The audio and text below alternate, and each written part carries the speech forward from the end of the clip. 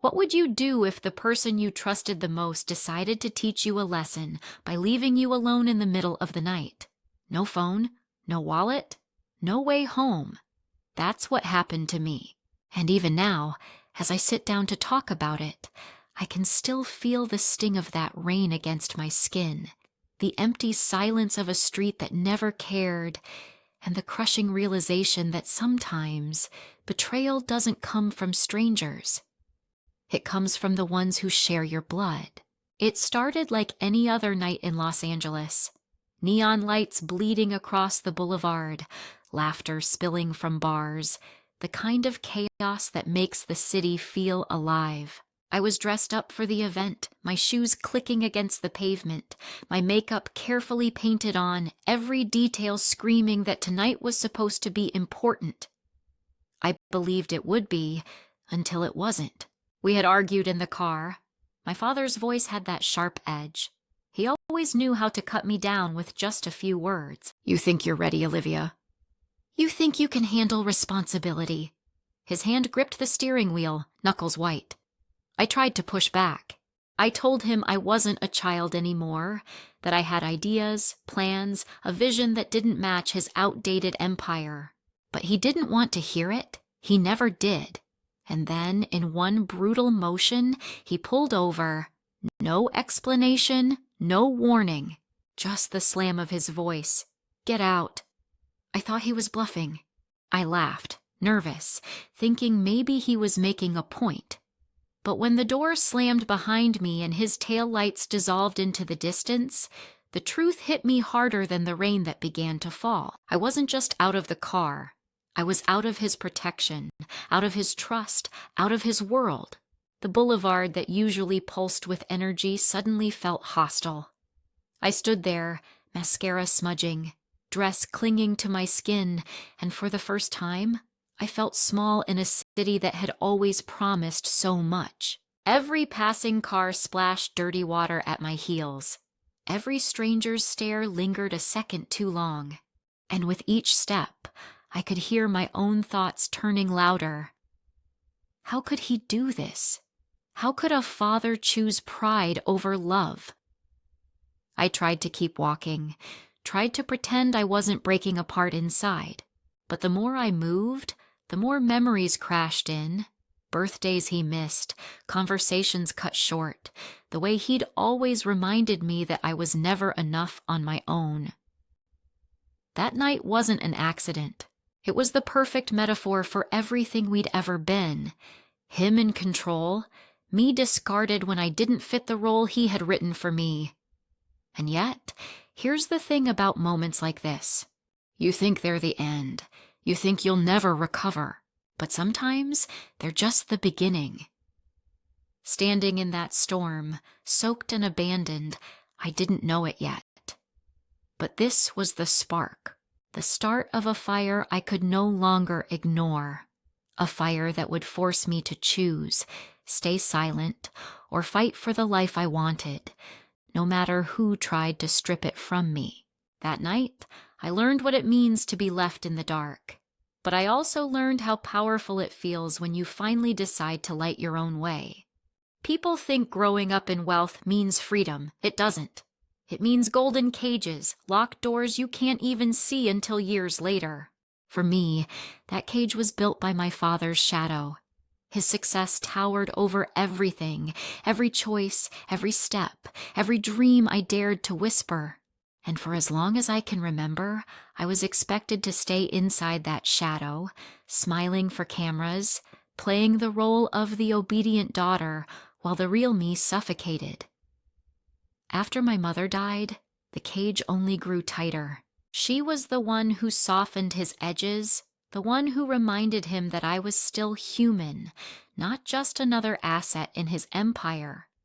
Without her, he filled the silence with orders, expectations, and constant reminders that failure was not an option.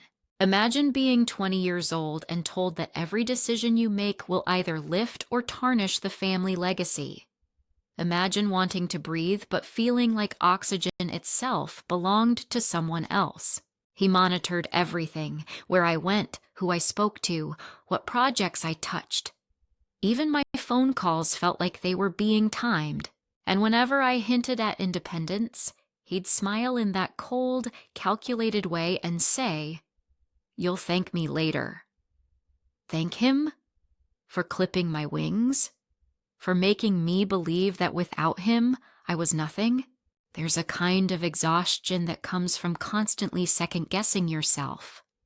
I'd wake up, look in the mirror, and wonder if I was seeing me or just a reflection of what he wanted me to be.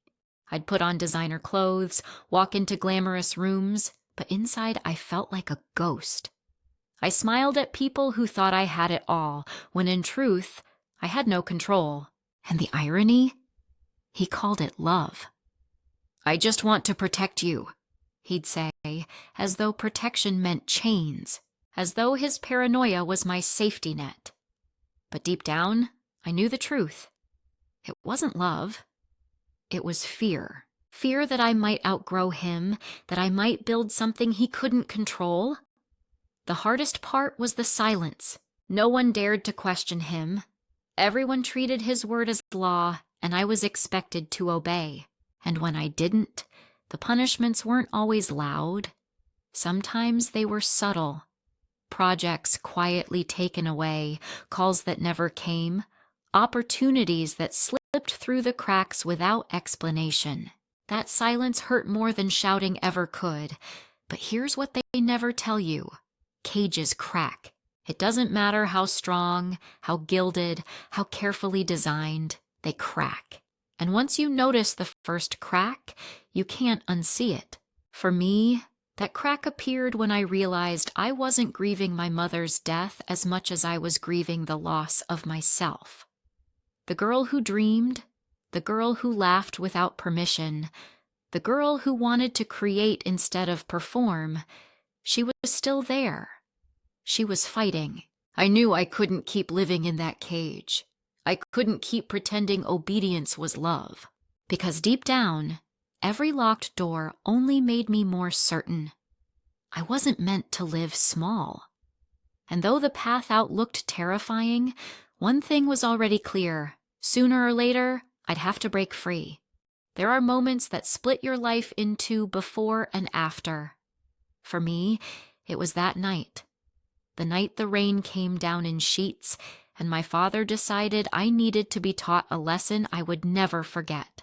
We had argued before, of course, but that argument in the car was different. It was raw, sharp, unfiltered. His words weren't just criticism.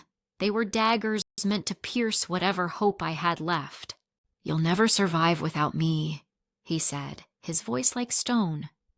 I stared back, my own voice trembling, but steady enough to answer. "Maybe I don't want to survive your way," and that was it.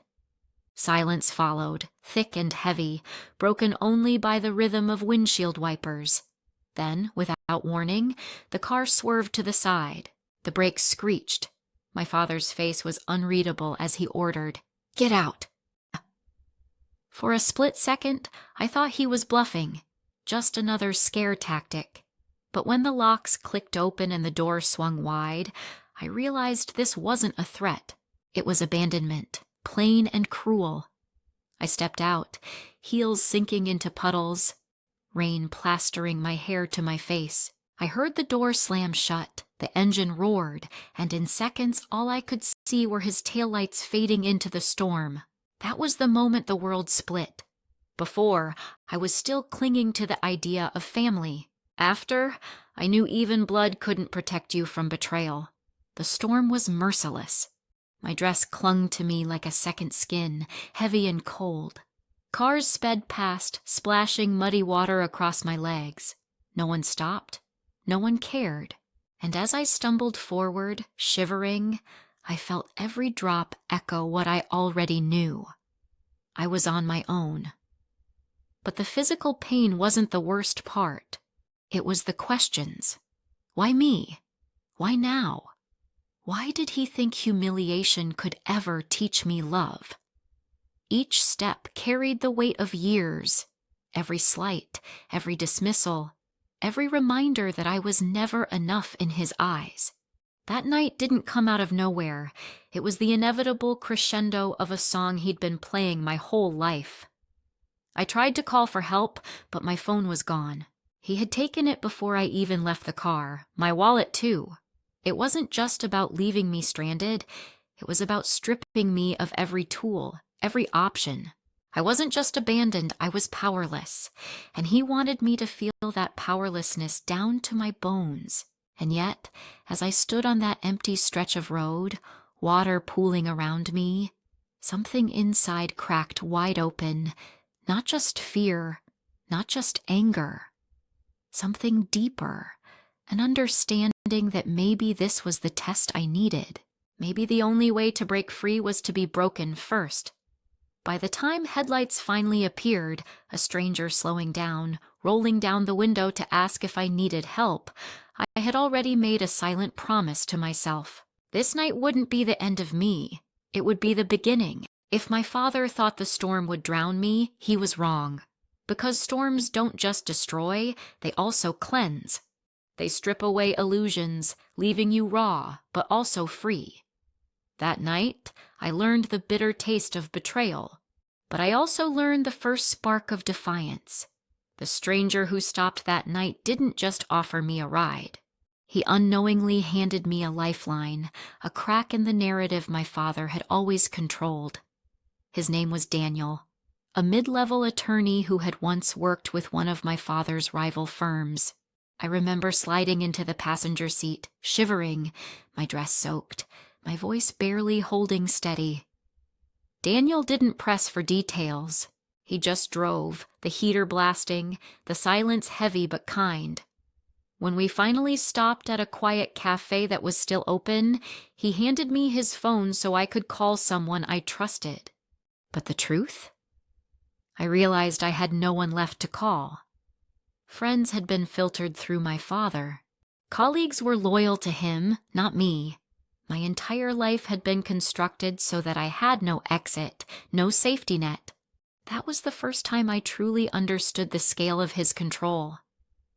Daniel watched me, then said something I'll never forget. You know, people talk about your father, not just about his power, about the things he hides. My chest tightened. For years I'd heard whispers, but hearing it now, raw and direct, something clicked. I asked him what he meant. He leaned in, lowering his voice like someone who knew the cost of secrets. There are shares, deals, things buried in contracts. He didn't build his empire alone. That night turned into hours of conversation. Daniel connected me with someone else, a woman named Grace, who had once been my mother's financial advisor. Grace knew details my father had buried, numbers that painted a very different picture of the empire I had been told was bulletproof. She showed me records of assets hidden under shell companies, power moves disguised as family gifts. And slowly, a pattern emerged. My father wasn't just overbearing. He was afraid I might discover the one thing that kept his grip on everything, the lie that he owned it all, when in fact, much of it could be claimed by me. The realization was both crushing and electrifying. Crushing because it meant my father had gaslit me my entire life, convincing me I was powerless when, legally, I had rights he never wanted me to know. Electrifying because suddenly, the cage I thought was unbreakable had a hidden key, one forged years ago, waiting to be found. I remember staring at the documents, my hands trembling, asking myself, why didn't my mother tell me? Grace looked at me with soft eyes and whispered, she wanted to, but she feared what he would do to you if he knew. That sentence stayed with me. My mother had tried to shield me, but in doing so, she had left me in the dark. And now it was up to me to decide what to do with the truth.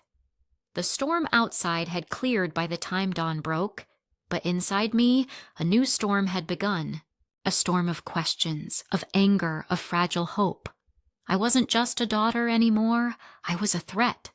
And for the first time, I wondered if maybe just maybe, that was exactly what I needed to be. The documents burned in my mind for days. Every number, every clause, every hidden share whispered the same truth. I wasn't powerless. I had leverage. And if I dared to use it, I could finally step out of his shadow. But using it meant stepping into the lion's den, the boardroom, his kingdom. The place where every seat was filled by people who owed him loyalty or feared him enough to fake it. I remember walking into that glass-walled room in Beverly Hills. The air was icy, heavy with the scent of expensive cologne and polished wood. My father sat at the head of the table, his presence filling the room the way storms fill a sky. His eyes narrowed when he saw me, like I was a child who'd wandered in by mistake. He didn't know yet. He didn't know what I carried in my hands. The meeting began as usual. Reports, numbers, projections. His voice dripped with authority, and for a while I let him have his stage. My heart pounded against my ribs, each beat reminding me of the stakes.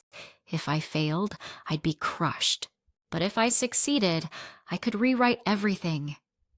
Finally, the moment came. My turn. I stood, my palms slick, but my voice steadier than I expected. "Before we proceed," I said, "I have something to share." Heads turned, the room shifted. My father's jaw clenched. I placed the folder on the table and slid it open, exposing the evidence. Hidden contracts, offshore accounts, signatures that tied everything back to him. For a long, unbearable second, silence hung heavy. Then a ripple moved through the board, gasps, mutters, questions. My father barked, "This is nonsense!" But the evidence was irrefutable, and Grace had ensured every detail was airtight. I leaned forward. "You taught me to fight, Father. But you forgot something? I was watching, I was learning, and now I'm done playing the role you wrote for me." The climax hit like thunder. The board members, once his loyal allies, shifted in their seats. They weren't blind, they weren't deaf. They knew scandal when they saw it. And for the first time, they saw me not as the daughter in the shadows, but as someone who could lead. One by one, voices rose, not in his defense, but in support of me. The vote came swiftly. Robert Carter forced to step down. Olivia Carter appointed interim head. My father's face twisted with disbelief, rage, something deeper, fear. Because in that moment, his empire slipped from his hands into mine. Walking out of that room, I felt something I had never felt before. Power, yes, relief, absolutely. But more than that, freedom. The cage was shattered. The storm had meaning. For once, I wasn't a passenger in his story. I was the author of my own. And yet, as the doors closed behind me, I knew the story wasn't over. Not by a long shot. Because victories like this don't end quietly. They echo, they provoke. And sometimes they awaken enemies you didn't even know you had. The day after the boardroom showdown, the city felt different.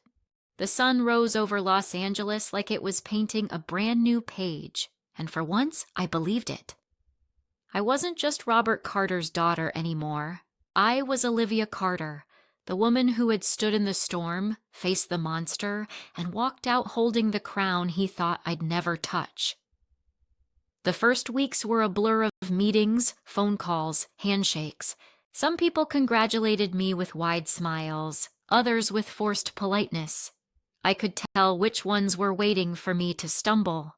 Power doesn't erase enemies, it multiplies them, but it also revealed allies I didn't know I had. Young producers came to me with ideas my father would have trashed in a heartbeat. Women in the industry reached out, thanking me for breaking a door they thought would never budge. For the first time, I felt like I wasn't just surviving, I was building. Still, victory has a strange aftertaste. It's sweet, yes, but it lingers with a bitterness you can't ignore. Every corner of the office still carried his presence.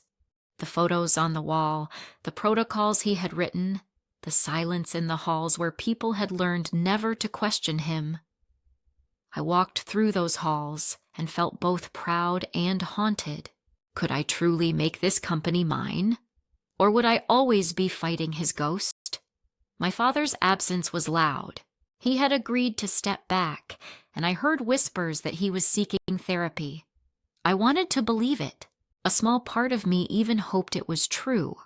Because despite everything, there's a piece of a daughter that never stops wanting her father to be human, to be kind. But trust? That was gone. He had burned it too many times, and I couldn't afford to let hope blind me again. So I poured myself into the work. Late nights turned into dawns. I sketched out a new vision for the company. Stories that mattered. Projects that gave a voice to people like me, people who had been silenced. I launched a fund in my mother's name, supporting women directors and underrepresented voices. It wasn't just strategy, it was survival. If I was going to hold this seat, it had to mean more than revenge. It had to mean change. And yet, even as I moved forward, I felt the unease creeping in. A company doesn't shift overnight. Old loyalties linger, old habits resist.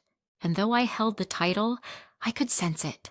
The eyes watching, waiting to see if Olivia Carter would soar or stumble. Sometimes I caught myself wondering if the storm had really passed, if peace was real, if I was finally free. And then, like a whisper I couldn't shake, the thought would come. Storms don't just end. They circle, they gather again. That's the thing about new beginnings. They rarely come without shadows. At first, it was just a murmur. A few vague posts on obscure forums, a whisper in the industry grapevine. But in Los Angeles, whispers spread like wildfire, and soon the smoke was impossible to ignore. Screens lit up with accusations, headlines screamed half-truths, and my name, Olivia Carter, was dragged through digital mud. You stole the company from your father. You forged documents. You manipulated the board. The words weren't just lies, they were poison. And the poison worked quickly. Stock prices dipped. Investors backed away with cautious smiles and polite excuses. Old colleagues stopped returning calls. Even friends I thought were loyal grew quiet, their silence louder than any accusation. The first time I saw my face on a tabloid cover with the headline, "Daddy's Girl Gone Rogue," I laughed. A bitter, hollow laugh. But underneath I felt the sting. Because it wasn't just gossip, it was calculated. Someone wanted me destroyed. Someone wanted to undo everything I had fought for. And deep down, I already knew who it was. I stayed up late, scrolling through endless feeds, watching strangers dissect my life, my choices, my worth. Every comment was a reminder that no matter how hard you fight, the court of public opinion doesn't need evidence. It only needs a story. And right now, the story was against me. I thought back to that boardroom, to the look in my father's eyes when the vote went through. Rage, disbelief, humiliation, the kind of humiliation a man like him never forgives. Could he have started this? Could he have aligned himself with someone who wanted me gone just as badly as he did? The question gnawed at me until it wasn't a question anymore. It was certainty. One night, while scrolling, I stumbled on a thread that changed everything. Anonymous users claimed to have inside knowledge. Old contracts, backroom deals, whispers of a former partner my father had once cast aside. And suddenly, the pieces clicked. The smear campaign wasn't random. It was orchestrated. My father wasn't healing in therapy. He was plotting, clawing at any chance to get back what he believed I had stolen. The realization was suffocating. Betrayal had already carved its place in me, but this was betrayal on another level. He wasn't just trying to control me anymore. He was trying to erase me. And yet, as I sat there in the glow of my laptop screen, heart pounding, hands shaking, another thought sparked. If he wanted war, then war is what he would get, because I had survived storms before. And I wasn't about to drown now. I couldn't sleep. Every time I closed my eyes, the headlines flashed back. Fraud. Thief. Liar. The smear campaign had sunk its claws deep into the public. But I knew this wasn't just noise. It was a carefully crafted weapon. And weapons always have a hand guiding them. I started digging. Old contacts, quiet favors, backdoor searches. Every breadcrumb I found led to the same shadow, a man named Victor Hale, my father's former partner. Years ago, Victor had been cast aside, shut out of a billion-dollar deal that made my father untouchable. He vanished from the spotlight, but clearly he hadn't forgotten or forgiven. And then came the twist. Victor wasn't acting alone. Documents, emails, threads I shouldn't have been able to access but did. It all painted the same picture. My father had been speaking with him, not once, not twice, dozens of times. Meetings disguised as chance encounters. Payments hidden through shell accounts. My father, the man who told the world he was in therapy, was funding the very campaign designed to ruin me. The betrayal was like ice water down my spine. I'd fought him in the boardroom. I'd beaten him in plain sight. And yet here he was, working in the shadows, using Victor's grudge as the perfect weapon. He couldn't win with votes, so he chose venom. He couldn't face me openly, so he chose whispers. I confronted Grace, my mother's former advisor, with what I had found. She didn't look surprised. "Olivia," she said softly, "men like your father don't surrender. They retreat, they regroup, and they come back sharper." Her words cut through me. Because she wasn't just describing him, she was warning me. I replayed every moment of my so-called victory, the boardroom cheer, the headlines calling me the new face of the company, the hope that maybe, just maybe, he would let go. And now, all of it twisted into something darker. I hadn't won a war. I'd only won a battle. And the real war was unfolding online, in whispers, in lies too sticky to erase. One night, I sat alone in the office, papers scattered across the desk, city lights glowing against the glass walls. My phone buzzed. An unknown number? A text. Just 3 words. "You can't win." My blood went cold. It wasn't just a smear campaign anymore. It was personal. It was psychological, and it was designed to break me. But here's the thing my father never understood. The storm that almost destroyed you becomes the storm you learn to ride. I had already been left in the dark once. I had already survived humiliation. And now, armed with the truth of his secret alliance, I realized something he never saw coming. Exposure works both ways. If he wanted a war fought in shadows, I would drag it into the light. I knew there was only one way forward. I had to stop hiding. The smear campaign thrived in shadows, feeding on silence, twisting half-truths into headlines. If I kept dodging, it would swallow me whole. So I made a choice, the scariest choice of my life. I would stand in the light, in front of everyone, and tell the truth. The press conference was set for a Thursday morning at the Beverly Hills Hotel. Reporters lined up before sunrise, cameras stacked like weapons aimed at me. I walked to the podium, heart pounding like a drum, every step echoing the weight of what I was about to do. I could feel the whispers behind me. "She's done. She won't survive this." But for the first time, those whispers didn't weaken me. They fueled me. I started simply, "My name is Olivia Carter, and I'm here because silence has cost me too much." The room went quiet. Every lens focused. Every microphone leaned in. Then I laid it out, one piece at a time. The contracts, the hidden accounts, The alliance with Victor Hale. The payments traced back to my father. Each slide on the screen hit like a hammer. Gasps rippled through the crowd. Some reporters scribbled furiously, others just stared. I paused, letting the weight of it all sink in.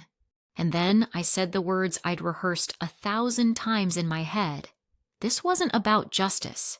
This was about control. And I refused to be controlled any longer. The moment stretched. For a heartbeat, I thought no one would believe me, that I'd poured my soul into the void. And then, slowly, a wave broke. Reporters began shouting questions, not accusations. Some nodded, some even clapped. The tide had shifted. My father had tried to use shame as a weapon. But shame only works if you hide. Standing there, in full view, I took back the narrative he had stolen. I didn't just defend myself. I showed the world who he really was. Walking off that stage, the air felt lighter. The storm hadn't ended, but for the first time, I wasn't bracing for impact. I was steering. And that press conference wasn't just a defense. It was a declaration. I was no longer his victim. I was my own person. Power doesn't come from titles or boardrooms. It comes from choosing to speak, even when your voice shakes. And mine had shaken, but it had also carried. Loud enough for the world to hear. The press conference changed everything. By the next morning, headlines had shifted. Olivia Carter fights back. Evidence exposes secret alliance. Truth overcomes scandal. The smear campaign didn't vanish overnight, but the poison had lost its sting. People weren't whispering about whether I was guilty anymore. They were asking how I had survived. Inside the company, the atmosphere shifted too. Those who had kept their distance now leaned in, offering support, aligning with my vision. The silence that once hung heavy in the hallways cracked, replaced by cautious conversations, even hope. For the first time, people looked at me not as Robert Carter's daughter, but as Olivia Carter, the leader who had faced fire and walked out stronger. My father, though, his silence was deafening. No public statement, no denial. Just a retreat into the shadows where he had plotted for so long. I didn't need an admission of guilt. The evidence spoke louder than he ever could. And maybe that was his final punishment. Watching the empire he built bend to a daughter he tried to break. But victory, I realized, wasn't the real reward. It wasn't the headlines or the applause. It was the boundary I had drawn, the line I had finally refused to let anyone cross again. That line wasn't just for my father. It was for every voice that had ever been silenced, every dream cut short by someone else's control. I took those lessons and poured them into action. The fund in my mother's name expanded. We greenlit projects that tackled hard truths, films that gave space to voices ignored for too long. Every step forward wasn't just business. It was personal. It was proof that pain could be transformed into purpose. Late one night, I sat in the office, city lights shimmering through the glass. For once, I wasn't haunted. I wasn't bracing for the next storm. I was free.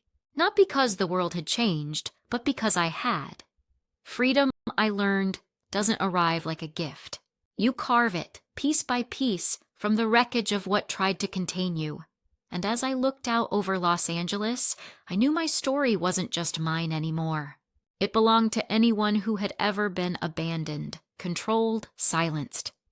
To anyone who needed proof that even in the darkest storm, you can still find the courage to light your own way. So if you've ever felt trapped, if you've ever doubted your strength, remember this. Boundaries aren't walls to keep people out. They're the doors you build to finally walk yourself home. I never imagined silence could be this loud. The world outside kept moving. Cars rushing down Manhattan streets, horns blaring, voices tangled in the night air. But inside me, it felt like every sound had been muted. You would think winning a battle like mine would come with fireworks, with constant applause, with that never-ending feeling of triumph. But instead, it came with a void. I woke up the morning after the last hearing, expecting some wave of relief to wash over me. Instead, I felt hollow. I remember staring at the ceiling of my apartment, listening to the faint hum of the refrigerator in the next room, and realizing there was no one to celebrate with. Not really. Sure, I had colleagues, friends, people who had stood by me when everything turned dark. But the one person I secretly wanted to call, my father, wasn't an option. That door was closed, slammed shut. You know how sometimes victory feels more like loss? That's what it was. I gained freedom. I earned the right to breathe without chains. But I lost something permanent in return, a family bond that might never mend. I tried filling the silence with work. Meetings, phone calls, emails. I told myself this was the life I wanted, control over the company, freedom to shape its future. And on paper, I was thriving. Investors trusted me. The press was fascinated by the story of a daughter who stood up against her own blood. I had become a headline, a symbol, a narrative people couldn't stop dissecting. But when the reporters moved on, when the cameras turned toward the next scandal, I was left in an apartment too quiet for comfort. I sat by the window some nights, watching lights flicker in other people's homes, wondering if they were sitting around a dinner table, arguing over trivial things, laughing over inside jokes, things I hadn't had in years. And then there were the dreams. My mother's voice would echo in them, sometimes soft, sometimes urgent. She never said full sentences, just fragments, memories stitched together. You're stronger than you think. Don't let him break you. Find your peace. I'd wake up with tears on my face, clutching the sheets like they could anchor me. It's strange, isn't it? How you can win and still feel like a loser at the same time. People applauded me on the streets. Strangers sent me letters, thanking me for inspiring them to stand up to their own bullies, their own tyrants, and I appreciated every word. But when the applause fades, when the letters sit unopened on your desk, what do you really have left? I remember one evening, walking past Central Park, hearing laughter from a group of kids chasing each other under the fading sun. Their joy was raw, unfiltered, alive, and it hit me hard. I didn't even know when I had stopped laughing like that. I had spent so long fighting, surviving, clawing my way out of shadows that I forgot what light actually felt like. People assume silence is peaceful, but silence after chaos feels like an echo chamber for everything you don't want to think about. Guilt, loneliness, regret. They all come rushing in when the noise stops. I thought freedom would be enough. I thought breaking away from him would solve everything. But freedom comes with weight. The weight of asking, what now? Sometimes I find myself scrolling through old photos, even though I shouldn't. A blurry snapshot of us at the beach, my father holding my hand. A picture of my mother smiling over birthday candles. Those images sting because they remind me of something simple I lost along the way, belonging. And belonging isn't something you can just buy back, even with success, even with headlines, even with public praise. I think that's what echoes really are. Reminders of sounds that once existed, bouncing back to you when everything else has gone quiet. My silence is filled with those echoes of laughter, of warnings, of words left unsaid. And yet, I'm starting to believe the silence has a purpose. Maybe it's not just emptiness. Maybe it's space. Space to grieve, space to accept. Space to learn how to exist without depending on someone else's voice telling me I matter. The irony? Silence used to terrify me. Now, it feels like the only honest thing left. I didn't expect the knock on my door that Tuesday morning. It wasn't dramatic, not like in the movies. No pounding, no shouting, just 3 soft taps, the kind that make you wonder if you imagined them. I almost didn't answer, but something pulled me toward the door. When I opened it, a man stood there, maybe late 40s, with tired eyes and a suit that had clearly seen better days. He introduced himself as Daniel. At first, I thought he was just another reporter trying to sneak past the noise. But then he said a name I hadn't heard in years, an old project my father had run, one that ended abruptly, with whispers of ruined lives trailing behind. "You don't know me," he began, voice low, almost apologetic. "But I know your father. I worked for him, and I paid the price. I let him in against my better judgment." He carried a folder, thick with papers and photographs. His hands trembled when he set it on my table. For a moment, I hesitated. I wasn't sure I wanted to open another door, not after fighting so hard to close the last one. But his eyes told me this wasn't about curiosity, it was about survival. He told me his story in fragments, a career cut short, a family torn apart, a reputation destroyed by the same man I had spent years untangling myself from. Every sentence was another cut, another reminder that the damage wasn't mine alone to carry. And then it hit me. This wasn't just my battle. I wasn't the only one who had lived under his shadow. I wasn't the only one clawing for air. There were others, people like Daniel, who had been silenced, shamed, cast aside. As he spoke, I felt something shift. For weeks, maybe months, I'd been living inside my own echo chamber, convinced that my story ended with me, that my silence was unique. But sitting across from him, hearing the tremor in his voice, I realized the weight of what I held wasn't just personal, it was collective. He slid the folder across the table.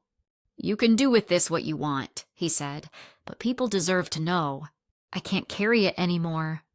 I opened it slowly, like peeling back the lid of a box I wasn't sure I wanted to see inside. Documents, receipts, letters, proof of promises broken and debts unpaid. Proof that my father's empire wasn't just built on ambition, but on the bones of those who had trusted him. Part of me wanted to shove it all back at Daniel, to tell him I couldn't do this again, that I was done fighting. But another part, the louder part, knew I couldn't turn away. Because suddenly, this wasn't about being a daughter standing up to her father. This was about being a voice for those who had been drowned out. That night, I lay awake, staring at the ceiling, folder still on the table beside me. I thought about Daniel's face, the way his voice cracked when he said, "I lost everything." I thought about the letters strangers had sent me, saying my story gave them courage. And I thought about how courage doesn't mean much if you hoard it all for yourself. You ever have one of those moments where the story you thought was yours alone suddenly branches out, stretching wider than you imagined? That's what this felt like. My fight had become a thread in a much larger tapestry. The next morning I called Daniel. "I'm not sure where this leads," I told him. "But if you're willing to walk it with me, I won't let your story be buried." He didn't say much. Just a quiet thank you, the kind that carries years of weight. And in that moment, for the first time since the silence swallowed me, I didn't feel completely alone. Because sometimes, allies don't come with fanfare. Sometimes they show up tired, broken, carrying scars that mirror your own. And that's how you know they're real. Power has a way of looking glamorous from the outside. Headlines make it sparkle. Success stories make it sound inevitable. But once you're inside it, once you're living in the rooms where decisions are made, you start to see the cracks. And sometimes, those cracks run right through the people closest to you. When I took control of the company, I told myself I'd rebuild it with integrity, no backroom deals, no hidden knives. I wanted to be different from my father, to prove that leadership could exist without cruelty. And for a while, I believed I was succeeding. The board meetings were civil. Investors leaned in when I spoke.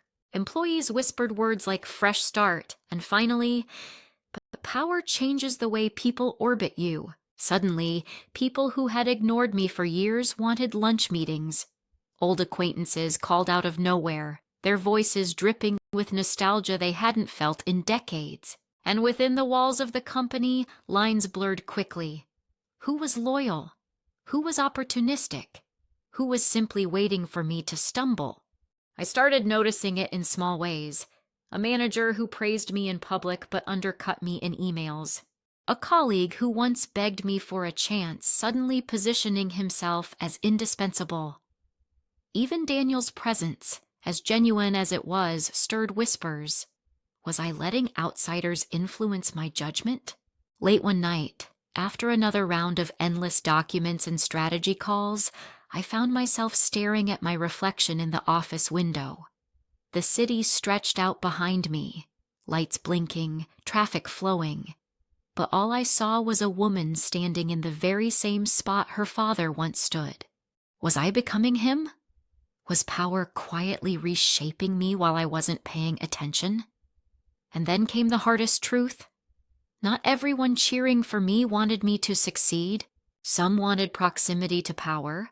Some wanted my name attached to theirs. Some simply wanted to be in the room when I inevitably fell. That realization stung more than I expected. Because part of me had clung to the idea that victory meant solidarity, that being right would mean people around me were right too. But I learned quickly, power doesn't give you clarity. It muddies the water. It tempts you with easy alliances. It whispers that you're in control when, in reality, every step forward invites 100 hands pulling at your sleeves. There was a moment, about 3 months into my leadership, when I almost lost myself. A lucrative deal crossed my desk. It promised massive growth, international expansion, everything the board dreamed about. But buried in the fine print was a clause that reeked of the very exploitation I had fought to dismantle. Everyone told me to sign. It's just business. This is how the game is played.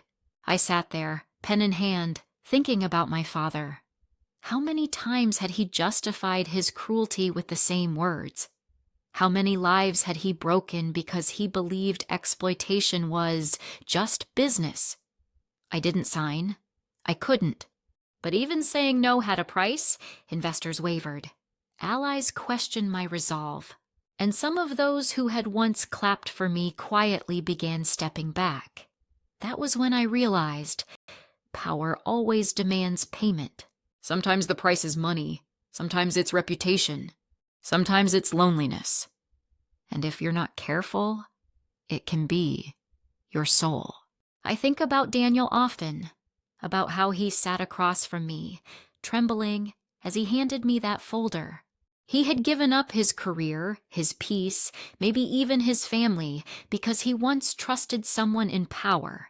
And now, here I was, holding that same fragile trust in my hands. Would I do better? Or would I eventually become the very thing I hated? You see, power isn't just about what you gain. It's about what you're willing to lose. And every day I woke up with that question pounding in my head. What am I willing to sacrifice? And what part of myself is worth more than any empire? Because the truth is, even victories come with invoices, and power, as intoxicating as it is, never lets you walk away without paying. I thought I'd closed that chapter. I thought by stepping into the role, making decisions on my own, drawing lines my father never respected, I had finally left his shadow behind. But shadows don't disappear just because you turn away. They wait, they linger, and sometimes they return when you least expect them. It started with a notification on my phone, a headline flashing across the screen. Robert Hayes breaks his silence. I froze. My father had stayed quiet through the hearings, through the press storm, through every accusation I made public. He hadn't answered questions, hadn't defended himself. His silence was almost louder than my fight. But now, months later, there he was, On camera, sitting across from a journalist with a smile too polished, too familiar, I clicked play. And with the first words, I felt my stomach knot. He denied everything. Every accusation, every story, every scar I had carried into the light, he brushed them off as exaggerations. Then he did something worse. He turned it back on me. "She's confused," he said, his voice steady, fatherly, the same voice that once tucked me into bed. Olivia has always been emotional, always eager to blame others when things don't go her way. I love her, of course. She's my daughter, but she's mistaken, and the company will suffer for it. Hearing him say my name like that in public felt like a knife sliding under old wounds. He knew what he was doing. He wasn't just defending himself, he was rewriting the narrative, making me look like the unstable one, the bitter daughter grasping at sympathy. The fallout was immediate. The press, hungry for conflict, amplified his words. Headlines split into two camps. Some defended me, others painted me as a fraud. The same strangers who once stopped me on the street to offer support now whispered doubts. Was she telling the truth? Could she have exaggerated? Inside the company, I felt the tremors. A few board members suddenly grew cautious. Investors who had smiled in my office just weeks earlier started asking harder questions. His shadow was stretching over everything I had built, pulling me back into his orbit. That night, I sat in front of the television replaying the interview, watching every tilt of his head, every carefully measured word. I hated how persuasive he still was, how effortlessly he wore the mask of the doting father, and I hated myself for the part of me that still longed for him to be real, for the version of him who once carried me on his shoulders, who once told me I could do anything. Daniel called me the next day. His voice was sharp with anger. "He's trying to bury us again," he said. "This is what he does." He twists truth until it fits him. I knew Daniel was right, but knowing didn't make it easier. Because once again, my father had turned the world into a courtroom, and the jury was everyone watching. For days, I wrestled with whether to respond. Part of me wanted to stay silent, to let his lies crumble on their own, but silence is what allowed him to thrive for so long. And silence, I realized, was its own kind of consent, so I wrote. I drafted a statement, not angry, not defensive, but firm. I laid out the facts again, reminded the public of the documents, the testimonies, the scars that weren't just mine but belonged to so many others. And at the end, I wrote one sentence I hadn't planned. I don't tell this story to destroy him. I tell it so his shadow doesn't destroy anyone else. When it went live, reactions split again. Some applauded. Some rolled their eyes. But I knew this wasn't about applause anymore. It was about refusing to be silenced, refusing to let his shadow dictate my story. Still, late at night, when the city quieted and the echoes of the day faded, I felt his presence pressing against me. Because no matter how far you run, no matter how much truth you shine, a father's shadow is something you never quite escape. Every fight comes to a crossroads. For me, it wasn't in the courtroom or the boardroom or in the spotlight of flashing cameras. It was alone, in my apartment, papers spread across the dining table, the glow of the city seeping in through the windows. That's where the choice waited for me. For weeks after my father's interview, I lived inside a storm. Supporters rallied, critics questioned, the press circled like vultures, hungry for a definitive ending. People wanted me to strike back harder, to take him to court again, to burn down every bridge that still had his name on it. Others urged me to let it go, to protect what I had, to stop feeding the fire. And then there was me, caught between rage and exhaustion, strength and fragility. What do you do when justice feels like a never-ending climb and peace feels like surrender? I remember sitting there with Daniel one evening, the folder still between us, the weight of every document pressing down. He leaned forward, his voice steady but soft. "You can't fight forever, Olivia. You'll lose yourself." He was right. But I also knew silence wasn't an option. If I stopped completely, my father's version of the story would take root. His shadow would keep stretching. So I asked myself the hardest question. What matters more, winning every battle or choosing the life I want to live? The answer didn't come in a sudden burst. It came in fragments. Memories of my mother's voice. Nights of silence too heavy to bear. Faces of people like Daniel who needed more than my vengeance. They needed my example. That's when I realized the choice wasn't between fighting and quitting. It was about redefining the fight. I didn't have to chase every headline. I didn't have to burn myself down to keep proving him wrong. What I had to do was build something he could never touch. The next morning, I called a press conference. The room was thick with tension, reporters leaning in, cameras aimed, everyone waiting for me to declare war. Instead, I took a deep breath and said words I hadn't rehearsed, but felt truer than anything I'd spoken before. "I'm not here to battle my father anymore," I began. "I'm here to protect the people who've trusted me. I'm here to run this company with transparency, with care, and with boundaries my father never respected. This isn't about him. It's about all of us." There was a pause, a ripple of whispers. They expected fury, but I gave them resolve. And in that moment, I felt something shift, not in the room, but inside me. For the first time, I wasn't defining myself against him. I was defining myself for me. That night, I walked home through the city streets, lights flickering above, laughter spilling from crowded restaurants. For once, I didn't feel like an outsider looking in. I felt like someone stepping into her own story. The choice wasn't to forgive or to forget. It wasn't to surrender or to destroy. The choice was to move forward with both hands free, one holding the truth, the other holding space for my own healing. And maybe that's the real victory. Not proving him wrong, not silencing the critics, but refusing to let his shadow decide who I am anymore.